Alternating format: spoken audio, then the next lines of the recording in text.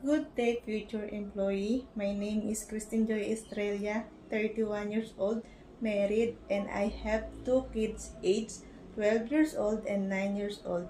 I am from the Philippines. I am high school graduate. My father's name is Lito Santos as a farmer.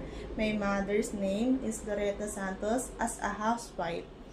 I have 5 siblings, 3 boys and 2 girls. I am fourth child in our family. My work experience as the domestic helper in the Philippines by January 2022 until February 2025. There are 4 members in the family of employee, 2 adult, 5 years old babies, and 1 born babies.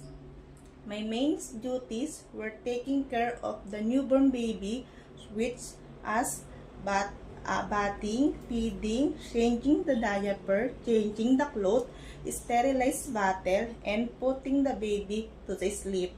And I also did household chores like cleaning the house, washing the clothes, and ironing and special dish of meal.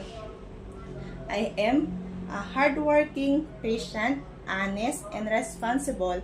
As a mother of 2, I am know how to care of kids with a love, proper care, and I willing to learn and follow my employee instruction.